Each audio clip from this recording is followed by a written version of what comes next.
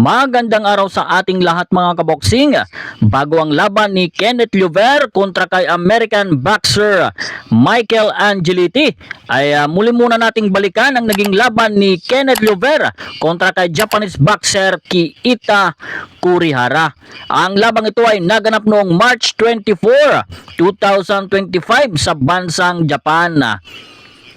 So sa labang ito ay challenger po si Llyover at defending champion naman itong Hapon na si Kiita Kurihara. Hawak ni Kurihara ang OPBF Bantamweight title. At bago ang laban mga kaboksing, si Kenneth Llyover po ay may professional boxing record ito na mayroong 13 panalo. Undefeated ito at walang talo at mayroong 8 panalo by way of knockout. Samantalang itong si Japanese boxer Kiita Kurihara ay may professional boxing record ito na mayroong 19 na panalo, may 8 talo at may 16 na panalo by way of knockout.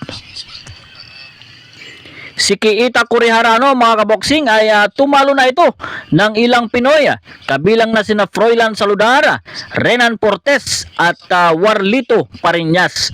So tingnan po natin kung uobra si Kurihara sa ating kababayan na si Kenneth Llyover. At ang abangan po natin ang laban ni Kenneth Llyover ngayong June 6 kontra kay Angeliti.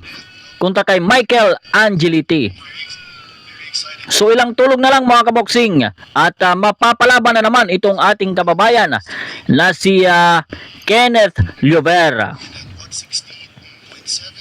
Isang Amerikano po itong si Michael Angeliti. So kakaibang fighter naman ang makakaharap ni Llyover sa June 6.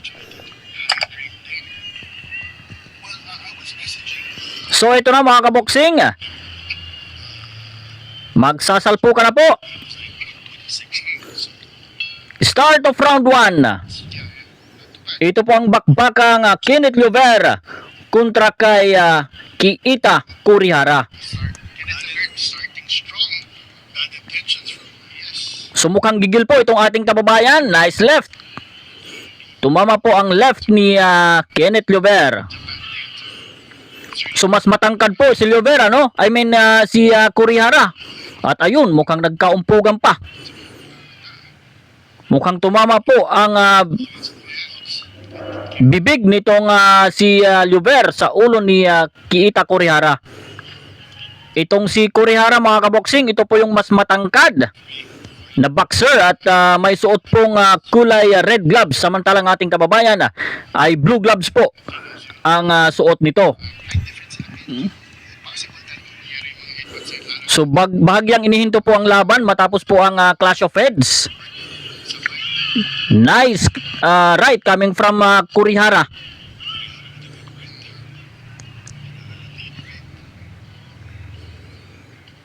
Yun. Nice 1-2 combination coming from Kenneth Llyover. Nice left again coming from Llyover.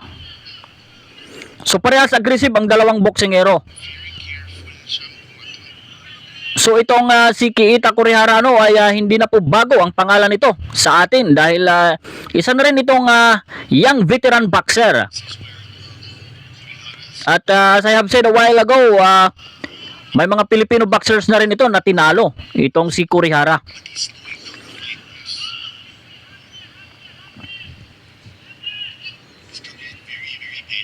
At defending champion po dito si Kurihara, hawak niya ang OPBF Bantamweight title. Challenger po si Kenneth Llyover. Nice left coming from Llyover. Unti-unting kumukunikta po ang left hand ni Llyover. Again, tumama na naman yun. Yun! Bagsak po si Kurihara. Matapos tumama po ang left hand nitong si Kenneth Llyover. Tumayo naman ito agad at ito muling susubukang makabawi pero hindi po. Ayun. Hindi na tinitigilan ni Kenneth Luber. Ayun! Bagsak na naman! Tinamaan ng malakas na left hand. At halatang iniinda ni Kurihara ang lakas nitong ating kababayan. Pangalawang beses pong bumagsak na. Ayun! Tumama na naman ang left hand at inawat na po ng referee. Panalo po ang ating kababayan via technical knockout sa round 1. Very, very impressive. You know, it was. He came out of the gate, yes, with bad intentions. Definitely came out. Ayan po si Jerry Peñalosa. Ito po yung handler ngayon ni Kenneth Luber. Just wanted to run as fast as he can. No second thoughts. He really had one thing in mind, and that is to finish this fight as fast as. Sumaaga pong tinapos ni Kenneth Luber itong kanyang kalabang si Ita Kurihara. So abangan po natin mga kaboksing ngayong June 6, ilang tulog na lang ang laban ni Kenneth Luber kontra kay Michael Angeliti ng bansang Amerika.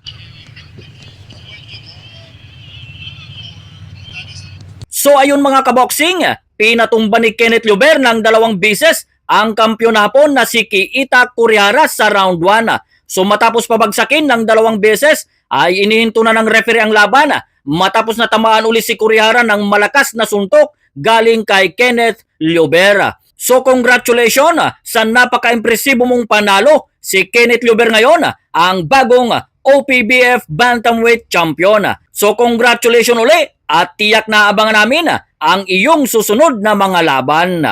Para sa mga classic fight at latest boxing updates, mag-subscribe lang po kayo sa ating YouTube channel. Maraming salamat po mga kaboksing.